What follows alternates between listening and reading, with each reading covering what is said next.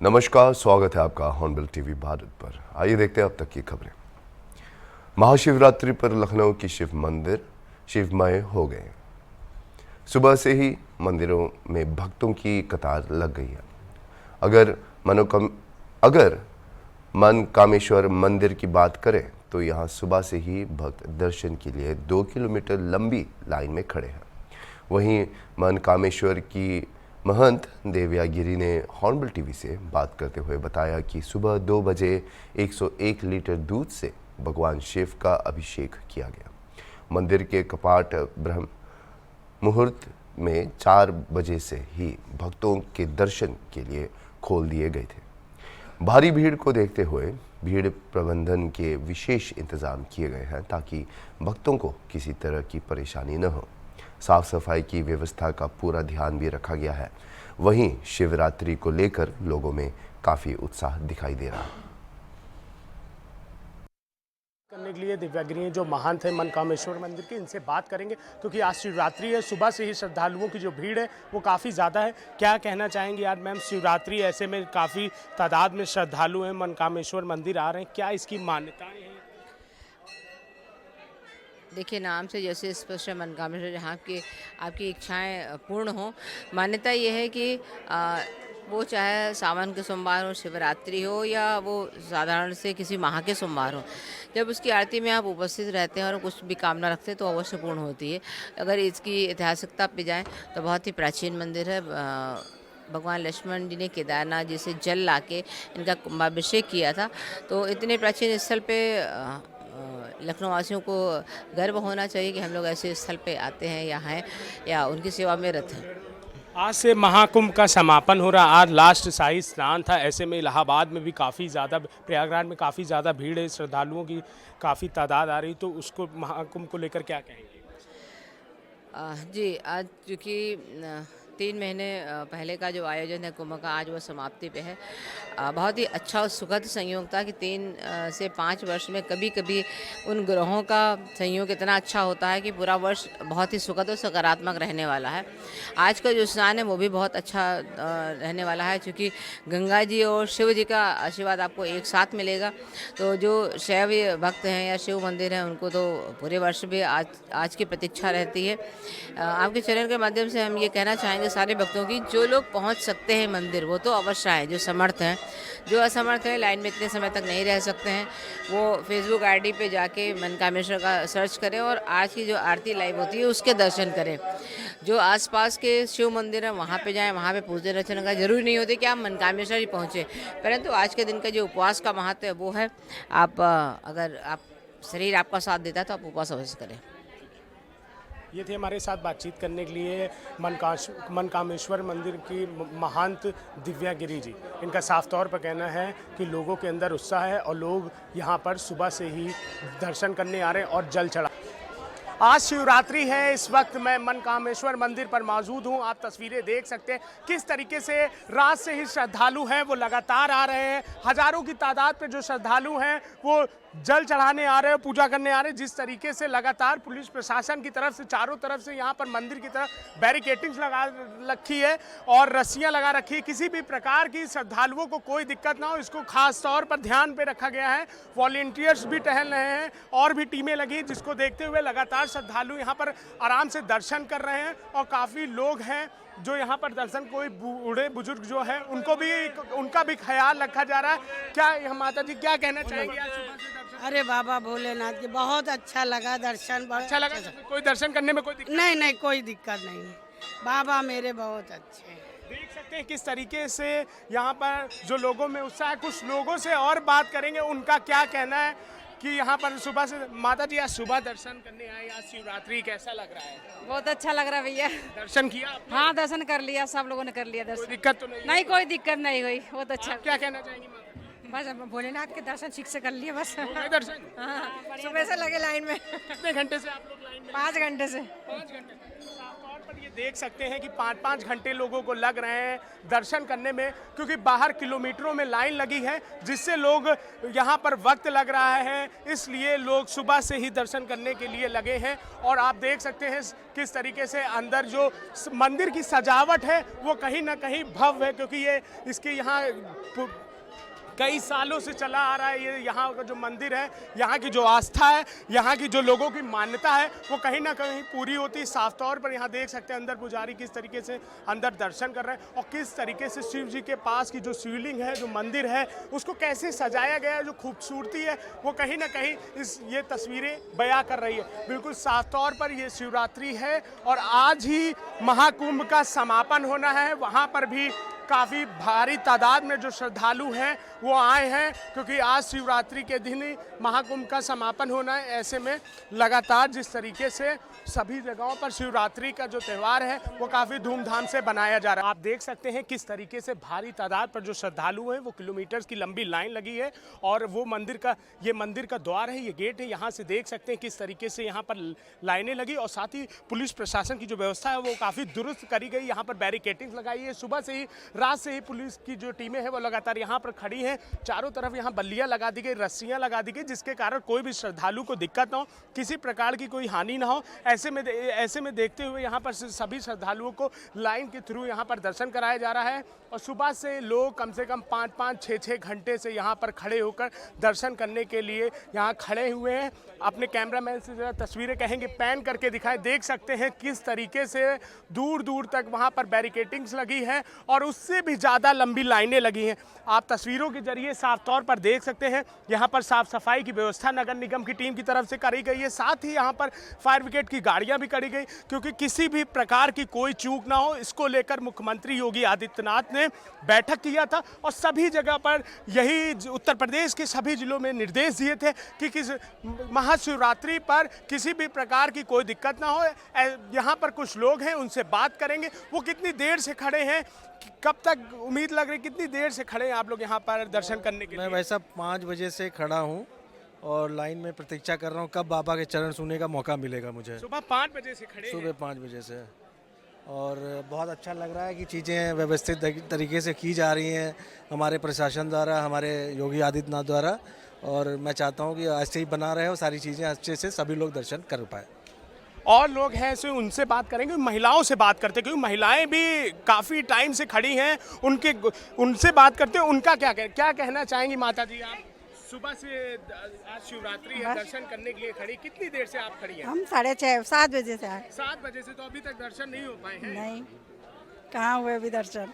से आई, लखनऊ से ही है? लखनऊ से ही है। तो बिल्कुल साफ तौर पर कोई सुबह 5 बजे से खड़ा है, कोई सुबह 6:30 बजे से, मतलब 5-5, 6-6 घंटे का जो वक्त है वो लग रहा है लोगों को दर्शन करने में। लेकिन इस सबसे बड़ी बात है यहाँ पर जो पुलिस की टीमें, अंदर वॉलंटियर्स हैं जो वो लगातार वहाँ पर श्रद्धालुओं को मैनेज कर रहे हैं और दर्शन कराने में हेल्प कर रहे हैं। आप देख सकते हैं किस तरीके से महाशिवरात्रि पर लोगों के अंदर कितना उत्साह है। देख सकते हैं तस्वीरों के जरिए में हजारों की तादाद से ही, रात से ही श्रद्धालु यहाँ पर दर्शन करने आ रहे हैं। वीडियो जर्नलिस्ट अनिल सैनी के साथ निहाल पांडे, हॉर्नबिल टीवी, लखनऊ। पंजाब विधानसभा ने मंगलवार को दिल्ली के मुख्यमंत्री कार्यालय से BR अम्बेडकर और भगत सिंह के चित्र हटाए जाने की निंदा करते हुए एक प्रस्ताव पारित किया। 2 दिवसीय सत्र के अंतिम दिन कैबिनेट मंत्री अमन अरोड़ा ने यह प्रस्ताव रखा और भाजपा सरकार पर राष्ट्रीय नायकों का अपमान करने का आरोप लगाया। वित्त मंत्री हरपाल सिंह चीमा ने आरोप लगाया कि दिल्ली में भाजपा मंत्रियों के पदभार संभालते ही सरकारी कार्यालयों से अम्बेडकर के चित्र हटा दिए गए। उन्होंने 0 आवर में इस मुद्दे को उठाते हुए पंजाब विधानसभा से दिल्ली की भाजपा सरकार की कार्रवाई की निंदा करने और राष्ट्रपति को भेजने का आह्वान किया।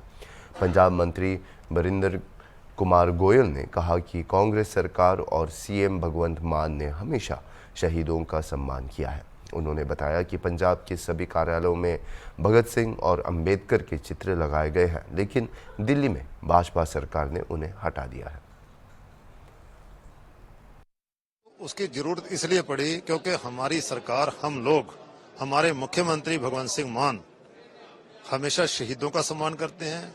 बाबा साहब भीमराव अंबेडकर जिन्होंने देश का संविधान लिखा और उनके लिखे संविधान पे पूरा संसार नाज करता है। हमने जैसे हमारी सरकार बनी थी, हमारे मुख्यमंत्री ने जब शपथ ग्रहण हुई थी तो वहां पे हुई थी जहां शहीद आजम भगत सिंह ने जन्म लिया था, तो हम उनका इतना मान सम्मान करते हैं। पंजाब में तय कर लिया था पहले दिन से मुख्यमंत्री जी ने कि पूरे पंजाब के ऑफिसेज में, गवर्नमेंट ऑफिस में शहीद आजम भगत सिंह और भीमराव अंबेडकर जी की तस्वीर लगेगी। वो लगी, पूरे उसमें लगी रही है। लेकिन अब जो है बीजेपी की सरकार आई तो इन्होंने केंद्र में सरकार बनते ही, दिल्ली में सरकार बनते ही भीमराव अंबेडकर जी की और शहीद आजम भगत सिंह की तस्वीरें हटा दी, जिसका हमें बहुत दुख है। अगर शहीद आजम भगत सिंह जो 23 साल की उम्र में फांसी के फंदे पे चढ़ गए, आज उनकी वजह से हम लोग यहाँ हैं। उनका सम्मान करना हर नागरिक का फर्ज है, लेकिन इनकी मानसिकता ये दर्शाती है कि ये किसी का सम्मान नहीं करते, ये सिर्फ और सिर्फ अपने नेताओं का मान सम्मान करते हैं, चमचागिरी करते हैं ये लोग। ये बहुत गलत हुआ, इसलिए हमारे मनों को ठेस पहुंची है और सभी ने ये मता, क्योंकि पंजाब के सभी लोग बेशक किसी पार्टी से संबंध रखते हों, वो शहीदों का सम्मान करते हैं, बाबा साहब का सम्मान करते हैं। इसलिए हमें निंदा प्रस्ताव लाना पड़ा और सभी ने सर्वसम्मति से इस निंदा प्रस्ताव को पास किया है।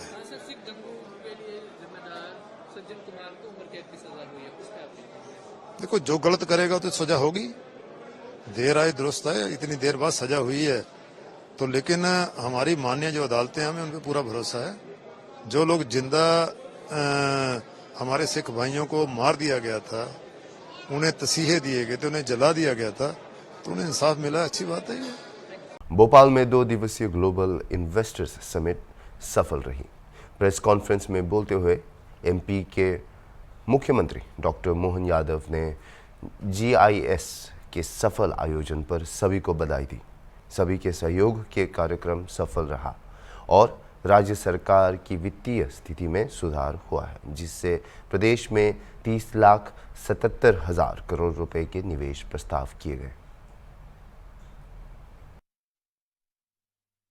विस्तार से चर्चा की और निवेश के अवसरों को एक तरह से रूपरेखा बनाने का काम किया है। इन मिनी समिट में लगभग 100 सेक्टर एक्सपर्ट उद्योगपतियों ने स्पीकर्स एवं पैनलिस्ट के रूप में अपनी भूमिका अदा की है। इस समिट के दरमियान 10 थीमेटिक सेक्टोरल सेशन का आयोजन किया गया।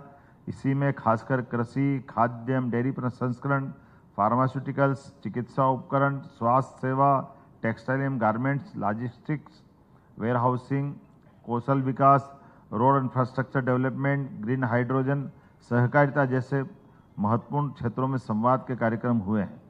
प्रवासी मध्य प्रदेश समिट में 500 से अधिक प्रवासियों ने अब हमारे प्रवासी भारतीयों को अपने प्रदेश के साथ गहराई से जोड़ने में अपनी भूमिका अदा की है। प्रवासी भारतीय द्वारा विभिन्न क्षेत्रों में निवेश के भी कई प्रस्ताव दिए हैं। अब निवेश के लिए जो प्रस्ताव आए हैं, मैं उस तरफ जाना चाहूँगा। साथियों, इस समिट एवं इसकी राह बनाने के लिए हमारी रीजनल इंडस्ट्री, खास करके मान के चलें कि पहले RICEO भारत एवं विश्व के विभिन्न शहरों में आयोजित सम्मेलनों के बारे में, जैसे कि आपको पहले जानकारी दी जा चुकी थी, उनके प्रस्ताव उत्साहवर्धक है। खास करके GIS 2025 में जो प्रस्ताव मुझे मिले हैं, मैं आपको बताना चाहूँगा। नवीन एवं नवकरणीय ऊर्जा, इसमें लगभग 5.72 लाख करोड़ का निवेश और जिसमें रोजगार मिलेगा 1.4 लाख करोड़ का, और इसी प्रकार से 1.4 लाख लोगों को रोजगार मिलेगा। लागत करोड़ों में है और रोजगार लाख में है। औद्योगिक नीति एवं नीति निवेश संवर्धन, इसमें 8,616 लाख करोड़ का 8.616 लाख करोड़ का निवेश है और इसमें 6 लाख लोगों को रोजगार मिलेगा। खनन एवं खनिज संसाधन को 3.22 लाख करोड़ का निवेश इसमें मिला है और 55,000 लोगों को रोजगार मिलेगा। शहरी विकास एवं आवास विभाग में 1.97 लाख करोड़ का निवेश हुआ है, जिसमें 2.3 लाख लोगों को रोजगार मिलेगा। ऊर्जा विभाग 1.47 लाख करोड़, जिसमें 20,000 लोगों को रोजगार मिलेगा। पर्यटन विभाग 68,000 करोड़ का है, जिसमें 1.2 लाख लोगों को रोजगार मिले। मैं आज मध्य प्रदेश की जनता को भी ये बताना चाहता हूं कि एक जमाना था जब मध्य प्रदेश को बीमारू राज्यों में गिनती की जाती थी। रोड, बिजली, सिंचाई, पानी की उपलब्धता, हर क्षेत्र में मध्य प्रदेश बीमारू माना जाता था। भारतीय जनता पार्टी के सातत्यपूर्ण 20 साल के शासन के बाद आज मध्य प्रदेश में 5 लाख किलोमीटर सड़क नेटवर्क बना है, 6 हवाई अड्डे हैं, 31 गीगावाट की ऊर्जा क्षमता है, जिसमें से 30% क्लीन एनर्जी है। IIM, IIT, AIIMS, IITM, NIFT, NIFD जैसे कई प्रतिष्ठित संस्थान मध्य प्रदेश के युवाओं को ये मौकों के दोहन के लिए योग्य बनाते हैं। 24 और 25 फरवरी को ग्लोबल इन्वेस्टर समिट का आयोजन मध्य प्रदेश की राजधानी भोपाल में रखा गया, जिसका शुभारंभ प्रधानमंत्री नरेंद्र मोदी ने किया और लगातार 2 दिनों से यहां पर विदेश और देश के सारे मेहमान आए हैं और ग्लोबल इन्वेस्टर समिट हो रही है। लगातार मीटिंगें की।